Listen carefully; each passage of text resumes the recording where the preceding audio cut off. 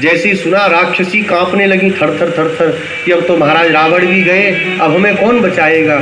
जैसे ही हनुमान जी ने कहा, जानकी जी ने कहा, हे हनुमान, पापानां वा शुभानां वा बधारहाणं प्लवंगम कार्यम कारुण्यमार्जेण न कश्चिन नापराध्यति।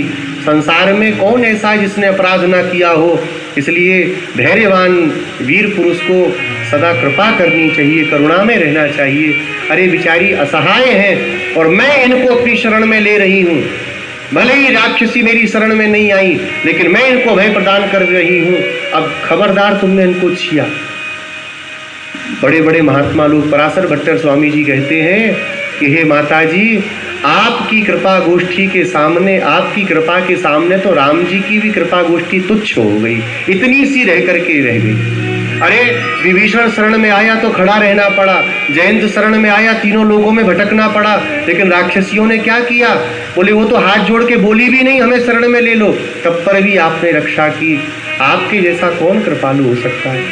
इसलिए गोस्वामी तुलसीदास जी एक विनय पत्रिका में बड़ा सुंदर भाव श्री जानकी जी से कहते हैं कि हे माँ, कभी आपको अवसर लगे, कभी भगवान श्री रामचंद्र आपको अकेले में मिलें तो आप हमारी चर्चा उनसे करिएगा, और जब आप हमारी चर्चा करेंगी तो जरूर हमारा भगवान कल्याण करेंगे।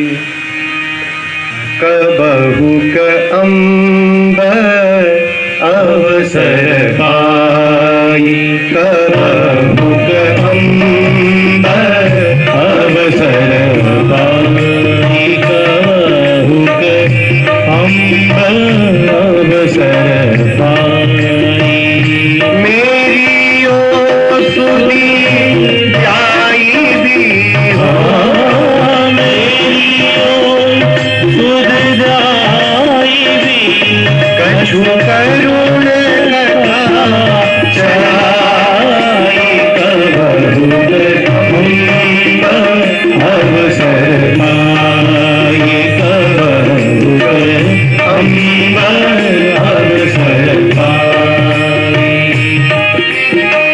गोस्वामी जी कहते हैं, मेरी ओ सुधि ध्याई भी कछु करुण कथा चलाई, कुछ मेरी भी करुण कथा भगवान को कहना। श्री जानकी जी कहती है कि क्या करुण कथा चलाऊं तुम्हारी, तो गोस्वामी जी कहते हैं, दीन सब अंगहीन छीन,